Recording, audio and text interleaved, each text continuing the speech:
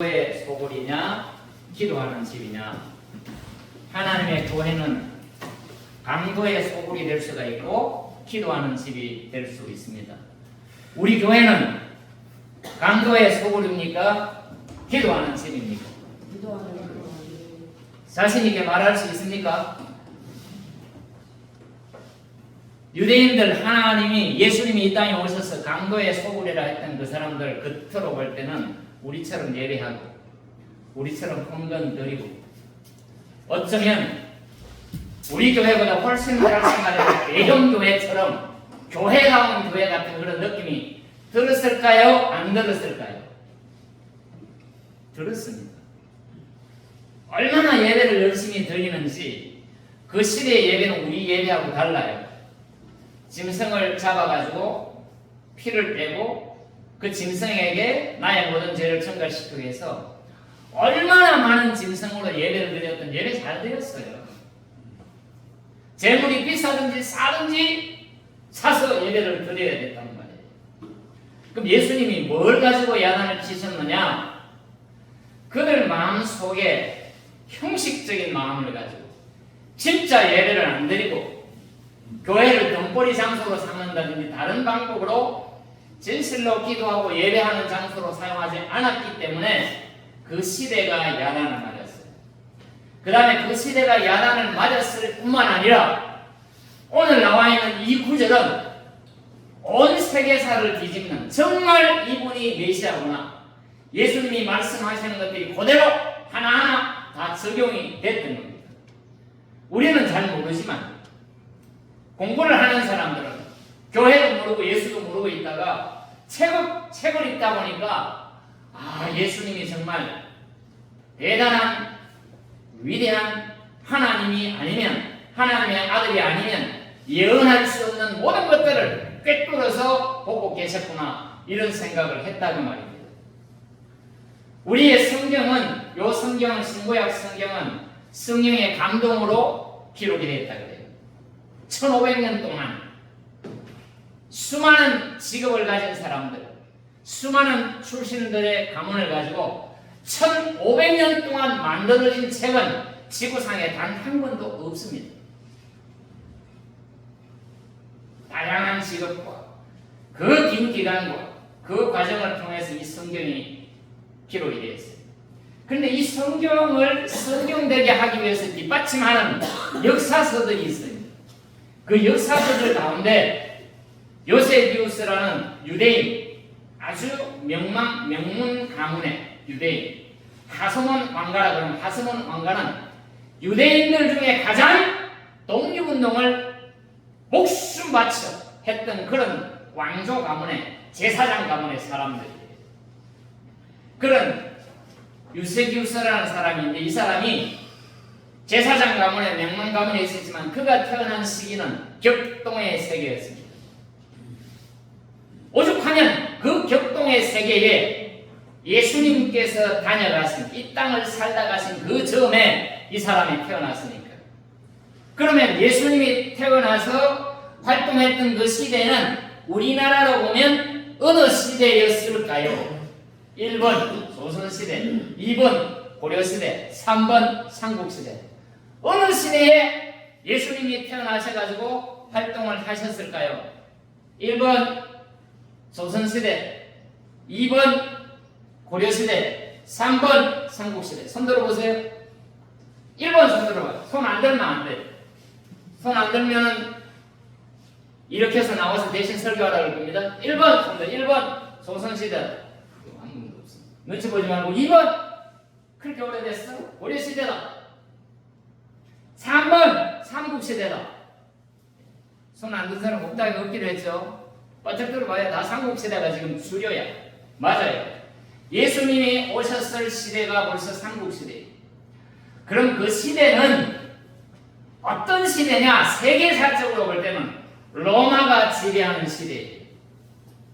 우리나라 삼국시대에 정말 우리는 형편없고 골프 먹는 그 시기에 로마는 엄청난 시대였어요. 서양을 주류하는 그 서양에서 서양 문명의 세 가지 주류를 얘기하는 경우, 서양 문명의 세 가지 주류. 말이 서양 문명의 주류지. 지금 온 나라가 세계화가 되었는데 세계 문명의 세 가지 주류가 있다고. 그 주류가 제가 성경을 제일 먼저 인용해서 로마서 1장 16절을 말씀할 때 뭐라고 하는 그리스인이 그 시대에는 최고의 엘리트예요. 오늘날로 말하면 뭐 미국이 가치가 하락되어 있든지 어쩐지 오늘날로 말하면 미국 그러면 큰 나라예요? 안 큰 나라예요? 미국 그러면 대단한 나라잖아요. 어디보다 우리보다 일본보다 독일보다 프랑스보다 미국 그러면 온 세계를 지금 주름 잡고 있는 그런 나라다. 그 시대에 예수님이 오셨을 그 시대에 세계의 문명을 지고 흔드는 나라가 그리스 문화. 그리스의 이성과 논리. 학자들이 다 생각하는 겁니다. 그 다음에 두 번째는 로마의 법과 질서예요. 그 시대의 로마의 법과 질서, 이것이 독일이든 영국이든 프랑스든 심지어 일본이든 한국이든 로마 시대에 만들어놨던 법과 질서를 카피하지 않는 나라가 단 한 나라도 없어요. 우리 지금 만들어진 법들 있죠? 이거 다 로마 시대 때 만들어졌던 거예요. 건축 마찬가지, 도로 마찬가지. 로마 시대가 우리가 생각했던 건 어마어마하게 대단했던 겁니다.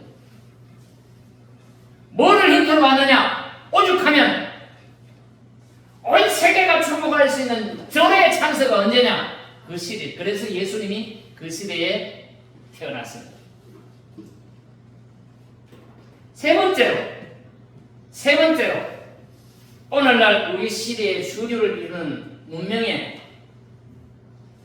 세 가지 중에 하나가 뭐냐? 히브리 예언자들의 사랑과 성이다. 히브리 예언자가 뭐예요? 성경이라고. 성경, 구약 성경이에요.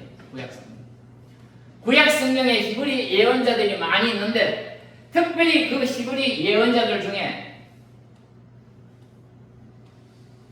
한 분이 있는데 예수님 오시기 700년 전에 활약했던 예언자가 있는데 그 예언자가 누구냐? 한 사람이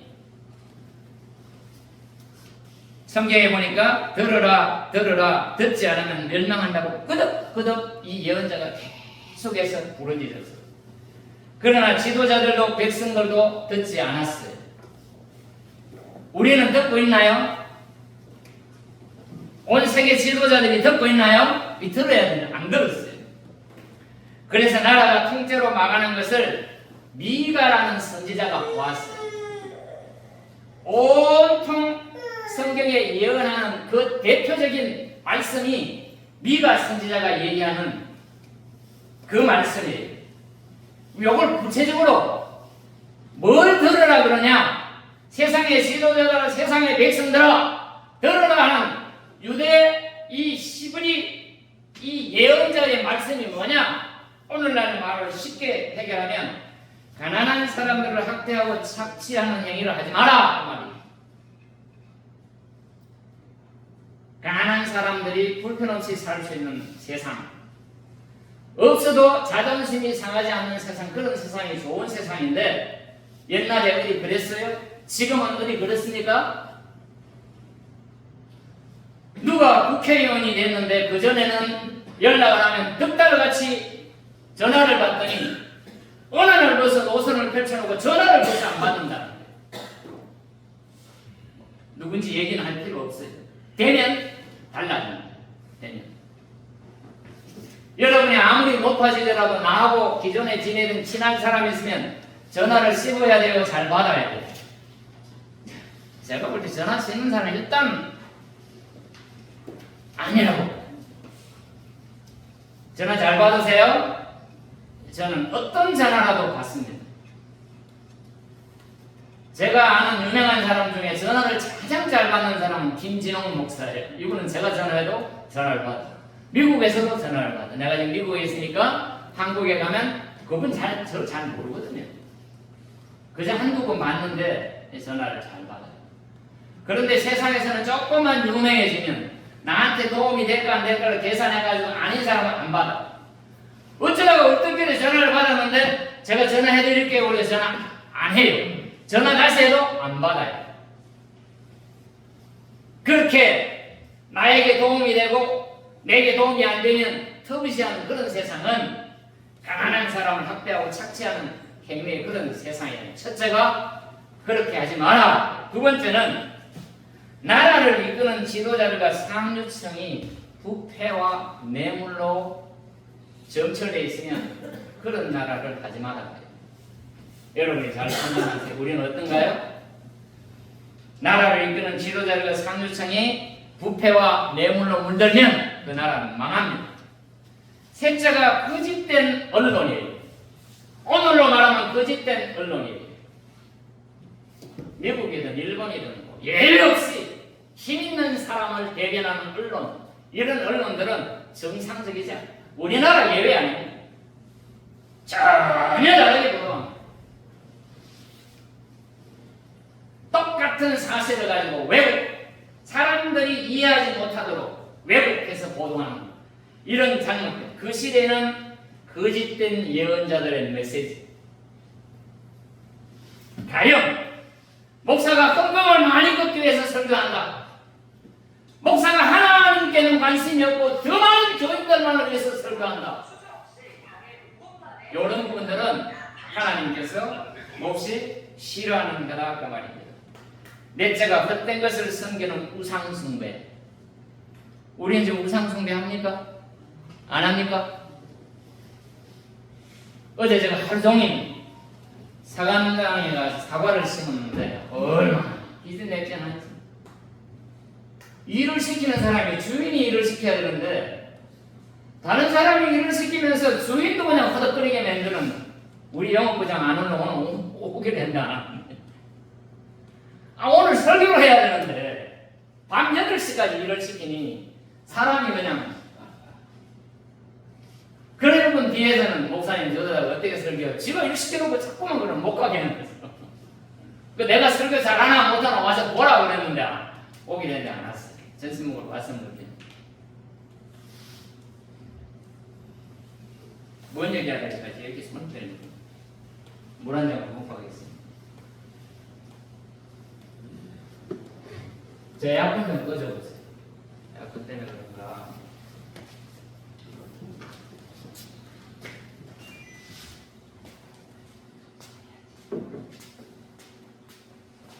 우리가 잘 아는 미가서 6장 8절 말씀, 여러분 제가 이거 읽으면 잘 알 거예요. 한번 생각해 보세요. 미가서 6장 8절이 무슨 말씀일까요?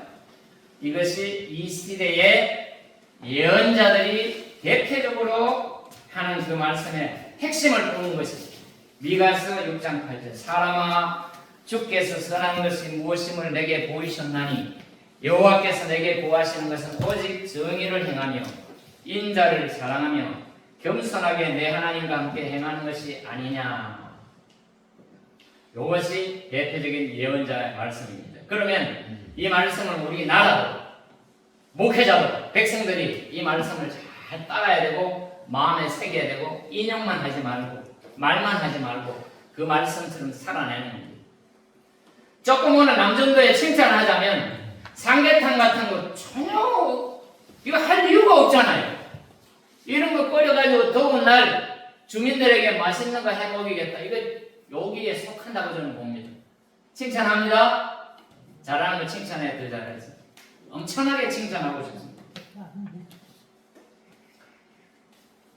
이런 역사의 과정을 사실에 지금까지 살아왔던 모든 세상 사람들이 잘 안 지켰어요. 예수님 시대에도 자기들 백성 이스라엘 사람들도 안 지켰어요. 이방 사람들도 안 지켰어요. 그러니까 살다가 다 망하는 거예요. 오늘 제가 드리고자 하는 말씀은 세상의 흥망성쇠를 이끄는 제국이나 가정이나 나라나 어디든 하나님의 말씀을 마음속에 간직하고 그 말씀대로 살기를 애를 쓰면 하나님의 구원을 받지만 그렇지 않은 사람들은 구원을 못 받는 거예요.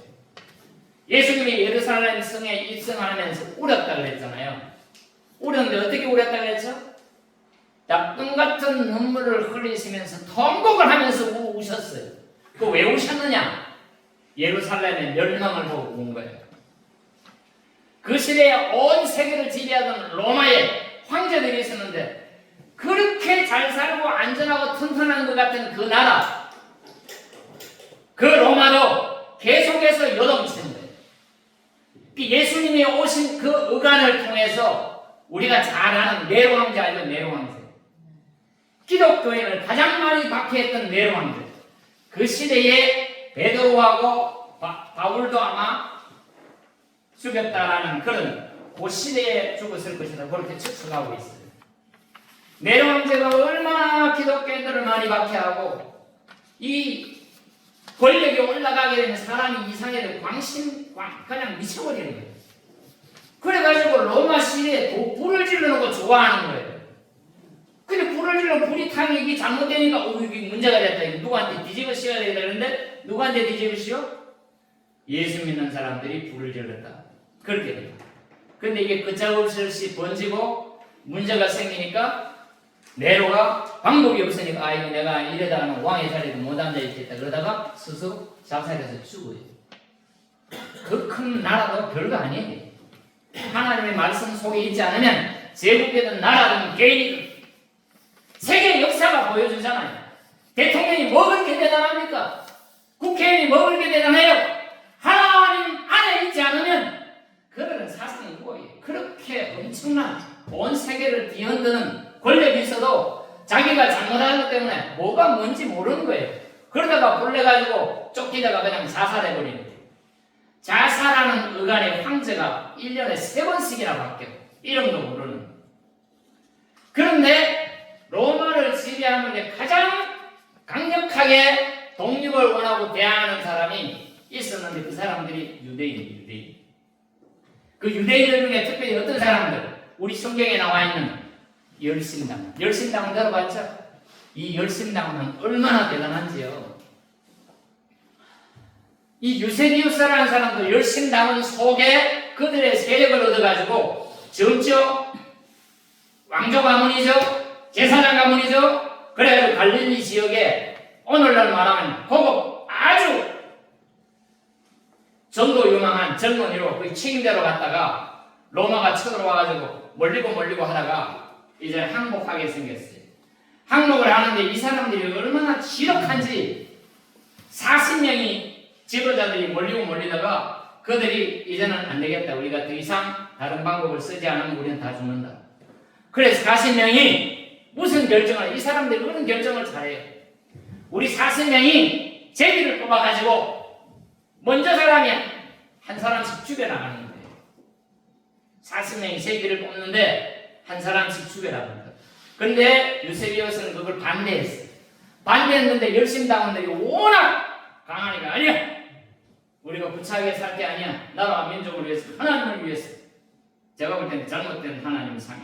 하나님을 위해서 우리가 죽자. 그래가지고 한 사람 죽어가는데 제일 마지막에 2사람이 남았는데 그게 유세비우스하고 또 한 사람이 남은 거예요. 그때 유세비우스가 우리 이렇게 죽지 말고 로마에 투항하자. 그래서 그 한 사람이 받아들여가지고 이 사람이 로마에 투항을 했어요. 투항을 해서 고성군에 쭉쭉 묶여가지고 잡혀간 장군이 나중에 로마의 황제가 된 베스파시안이라는 황제 혹시 들어봤어요? 그 베스파시안의 아들이 티투스라고 디도 장군이라고 로마의 예루살렘 성을 아주 초토화시키는 그 역할을 한 거예요. 그 베스파시안 황제한테 잡혀가가지고 얘가 뭐라 그러냐면 장군님 당신이 앞으로 얼마 후면 황제가 될 것이에요 이랬단 말이에요. 그런데 군사령관이 그 얘기를 하니까 이 미친놈 같기도 하고 행설수술을 하는 것 같기도 한데 어영부영하다 보니까 2년이 지났는데 진짜 고시기가 고시기예요. 네로 황제가 자살하고 황제들이 어떻게 하고 이 권력 암투가 일어나고 3명의 황제가 1년 만에 바뀌고 그러다가 군사령관으로 있던 이 베스파시안이 추대를 받아가지고 황제가 됩니다. 전장에 나와서 추대를 받아서 황제로 가는데 이 갈릴리 지역에 이 군사 지도권을 자기 아들 티투스한테 맡기고 황제로 가가지고 거기에 황제로 등극을 하는 그런 세상이 예수님 요 시기에 요 성경을 썼던 그 시기에 그런 세계적인 일이 있었어요. 그런데 예수님이 우셨다 그랬잖아요. 도리에 돈 하나 남지 않고 우셨다 그랬잖아요. 이 티투스가 엄청나게 우리로 말하면 군인 중에 군인이에요. 이런 군인 정말 대단한 군인이. 그리고 아버지가 황제가 되고 나중에 자기도 황제가 되는데 그렇게 유명한 황제가 한 40년 이렇게 했으면 좋겠는데 2년 하고 그냥 객사예요. 이유도 모르게 죽어버려요. 사람의 생사 여탈권 그 생명의 주관은 누가 합니까? 하나님. 권력 가지고 되질 않아요. 그래서 이 티투스 장군이 이 예루살렘 성전 헤롯이 아름답게 지은 성전을 보고 이거는 망가뜨리고 싶지가 않았어. 성전을 배경 삼아 투항하는 저들을 보면 그냥 싹 없애버리고 싶은데 없애지 않고 싶었는데 전쟁의 막바지 어떻게 했나? 성을 빙 뚫어가지고 고사작전을 시키는 거예요. 못 들어가게 하고 나오는 건 죽이고 일체 못 들어가니까 뭐가 일어납니까? 기아선상이 일어나는 거예요. 굽는 거야. 그때 당시 신발이 우리처럼 이런 플라스틱 신발 이런 게 아니잖아요. 짐승의 가죽으로 만들잖아요. 먹을 게 없으니까 신발을 삶아 먹고 허리에 맸던 가죽띠 그것도 짐승의 가죽이야. 그걸 삶아 먹고 썩은 집 부스러기 이런 걸 먹었다고 유세비우스의 전쟁사 기록에 다 나오는 거예요. 그래서 로마 군인들이 이제 투항을 하고 다 예루살렘 문을 열어서 들어가 보니까 한 여자가 이름도 있어. 요한나라는 여자가 요한나 자기 아들을 낳아가지고 자기 아들을 잡아먹는 아들을 먹고 반을 먹고 반이 남아있다고 이렇게 보여주는 거예요. 얼마나 공세를 해서 굶어놨던데 우리는 상상도 안 가잖아요. 애 입속에 있는 음식물을 끄집어내서 서로 먹으려고 싸우고 부모 입에 있는 음식물 때문에 어디 음식물을 숨겨놨다가 하면 그거는 완전히 이게 난리가 나는 그런 지옥 같은 예루살렘 성 예수님이 그걸 보고 우신 거 미리 내라고. 그리고 돌 하나 도리에 남지 않는다는 그 말은 어떻게 예언이 완성이 됐냐면 티투스는 그 예루살렘 성전을 회파시키지 싶지 않았는데 흥분한 로마 병사가 이제 점령이다 그러니까 그냥 가지고 있던 횃불을 던져가지고 불을 놔버렸어. 불을 하니까 그 속에 엄청난 것들이 다 타면서 엄청난 고열이 일어나면서 그때 당시 황금봉이라든지 벽은 다 뭘로 만들어놨어? 금으로 칠해놨는데 그 엄청난 온도 때문에 금이 녹아내리고 금이 녹아내리니까 그 금이 벽에 그냥 이렇게 녹아내려 옮겨붙은 거예요. 우리가 지금 알고 있는 그 통곡의 벽은 원래 성전의 벽이 아니고 성전 바깥 벽이에요. 그 안에 벽들은 안에서 녹아내린 그 금을 뜯어내기 위해서 로마 병사들이 금이 비싸요 안 비싸요? 금이 비싸요 안 비싸요? 비싸요. 그 다음에 로마 속에 들어가가지고 이 떡상 이런 거 다 금으로 떡상 그 다음에 금촛대 이런 것들은 전리품으로 가져가고 그래서 로마 티투스 장군이 개선장으로 가는 그 벽에 보면 그런 내용들이 다 적혀 있어요. 그 다음에 거기 있는 사람들은 한 명 한 명 다 올라가가지고 로마의 노예로 다 잡아갑니다. 그 금을 뜯어내기 위해서 돌이 손으로 싸진 돌 안 들리는 지렛대로 들고 안 되는 깨고 해가지고 그 금을 채취하기 위해서 돌 하나 도리에 남지 않고 그냥 싹 베파버리고 그런 역사가 예수님이 증언한 대로 해도 일어난 거예요. 그 다음에 불행한 것은 거기 성에 됐던 그때 당시 죽었던 사람 그때 인구가 얼마나 됐겠어요. 이 요세비우스에 의하면 그때 당시 죽은 사람이 그 전쟁으로 죽은 사람이 110만이에요. 지금 인구하고는 비교가 안 될 정도로 적었던 그 시대에 110만이면 원주시 인구가 30만에서 40만입니다. 청주는 얼마예요? 청주. 자, 정말 110만이 죽어버립니다. 살아있는 건 다 줄줄이 여기까지 끌고 가가지고 로마 콜로세움이라는 거 있어요. 원형 경기장. 그거 만드는데 인력으로 다 쓰고 금투사들 금경으로 하는데 재주 좋은 사람은 거기 들어가. 콜로세움 원형 경기장을 다 만드는 인원이 몇 명? 2만이라는 얼마인데 그 콜로세움을 다 만든 날 준공식 시간 아닌가 다음 날 그 인원들을 싸그리 다 죽여버려요. 이렇게 무참하게 그들이 대항했고 이들이 당한 고통은 말로 표현할 수 없는 그 예루살렘 성 안에는 지금까지 지구촌에 있었던 이 힘든 뭐라 그러냐 그런 사건들은 그런 지옥은 이 땅에 앞으로도 없을 것이고 예전에도 없을 정도로 그 예루살렘은 그렇게 회파되고 고통을 예수님이 이 땅에 오셔서 1900년 지난 이후에 1945년 5월 10일인가 유대인들이 팔레스타인에 깃발을 꽂고 나라를 세우잖아. 이국을 약 2000년 동안 떠들면서 여기 가서 당하고 저기 가서 당하고 어디 가도 유대인을 죽는 거예요. 마지막으로 유대인 600만 학살된 누구예요? 나치의 학살 이후에 우리가 이렇게 살 수는 없다. 그리고 로마 사람들이 얼마나 유대인들을 지독하게 싫어했느냐면 그 유대인들이 사는 그 땅의 이름이 뭡니까? 우리가 여호수아 배우는 분들 신명기 그 땅은 무슨 땅이라고 해요? 우리는 이스라엘 사람들이 점령한 그 땅은 무슨 땅? 가나안 땅이라고 해요. 가나안 땅. 그들은 가나안 땅이라고 했는데 가나안 사람, 가나안 땅을 정복한 히브리 사람들이 가장 싫어하는 팔레스타인. 지금 팔레스타인, 블레셋이라는 팔레스타인. 그 땅 이름을 그때부터 팔레스타인으로 로마 사람들이 이름을 바꿔가지고 불렀어요. 그러니까 가나안 땅이나 팔레스타인이나 그 같은 동네예요. 이름을 유대인들이 가나안 땅으로 사용하지 못하게 하려고 그때 당시 로마 사람들이 붙인 이름이 팔레스타인이라고 합니다. 우리가 이렇게 살 수는 없다. 그래서 그 땅에다가 돈만 벌면 조금씩 땅을 사가지고 거기로 보토로 모여들기 시작하는 거예요. 그게 오늘날 이스라엘. 그러니까 하나님께서 그렇게 고통스럽게 하지만 그들에게 뭘 줬어요? 나라를 줬어요. 그리고 그들을 싫어해서 이제 그들이 점점점 살아계신 하나님 메시아를 제대로 만나면 세상의 마무리가 온다는 거예요. 오늘 우리가 원하는 것은 우리는 예수님이 오셔서 채찍으로 그냥 장사하는 사람들이 잡고 환전상 돈 양 2마리 가져왔는데 양 2마리 중에 멀쩡한 것도 그냥 이거 흥이 없어서 안 돼 그러면 그거를 싼 값에 팔고 비싼 값에 사가지고 제사를 드려야 돼.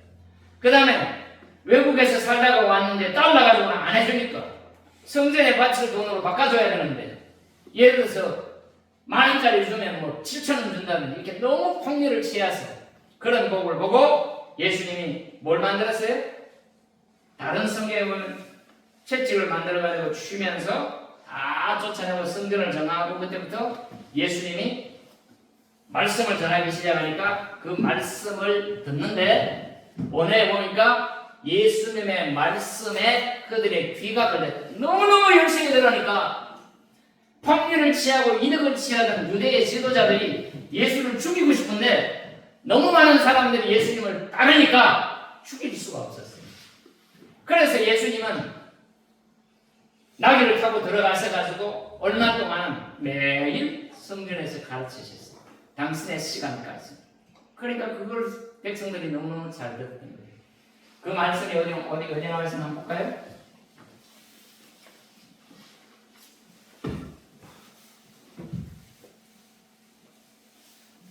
(47절) 우리 다 같이 한번 읽어봅시다. 47절 이거 하고 마무리 짓도록 하겠습니다. 지금 몇 시에요? 52도. 47절 예수께서 시작. 예수께서 날마다 성전에서 가르치셨다. 대제사장들과 율법학자들과 백성의 우두머리들이 예수를 없애버리려고 빼앗고 있었으나 어찌해야 할지 방도를 알지 못했다. 백성이 모두 그의 말씀을 열심히 듣고 있었기 때문에 열심히 듣는데 오늘의 표현을 보니까 예수님의 입에 그들의 귀가 걸려 있었어요. 너무 열심히 듣는 거예요. 오늘 예수님의 말씀을 이렇게 듣는 작실교회 여러분들에게 주의 이름으로 축원합니다. 교회 그저 근성으로 왔다 갔다 할 수도 있지만 그러지 말고 핵심이 뭔지 하나님이 원하시는 것이 뭔지를 깨달아서 하나님 앞에 온전한 예배를 드리면 온 세상을 누구 손에 움직인다? 예수님 손에 움직인다. 누가 뭐라 그러나 말은 우리 교회도 누구 손에 있습니까? 예수님 손에 있습니다. 우리나라는 누구 손에 있어요? 하나님 손에 있습니다. 온 세계는 누구 손에 있습니까? 예수님 손에 있습니다. 그러니 트럼프를 욕하기보다 푸틴을 욕하기보다 하나님 당신의 손에 이 세계가 있지 않습니까? 우리가 이래서 어려운데 하나님 좀 도와주세요. 이 세계를 하나님 붙들어주세요. 이렇게 기도하는 성숙한 여러분이 되길 주의 이름으로 축원합니다. 네. 기도하겠습니다. 하나님 아버지, 예수님께서 그 절박한 시대에 이 땅에 오셔서 당신의 백성들을 가르칠 때에 그들은 예수님의 입에 그들의 귀를 들었다고 말씀하셨는데 우리가 그런 사람들이 될 수 있도록 주님 우리에게 은총을 베풀어 주시옵소서. 주님께서 원하시는 그 은혜가 우리 속에 있어서 미가가 말한 것처럼 사람아 주께서 선한 것이 무엇임을 내게 보이셨나니 여호와께서 내게 구하시는 것은 오직 정의를 행하는 인자를 사랑하며 겸손하게 내 하나님과 함께 행하는 것이 아니냐고 말씀하신 것처럼 우리의 마음속에 이 미가 예언이 살아서 역사에 도와주시고 작실교회가 그렇게 목회되게 하여주시고 이 나라 이민족이 그렇게 될 수 있도록 하나님께 긍휼을 베풀어 주시옵소서. 예수님의 이름으로 기도하옵나이다. 아멘. 이 말씀 생각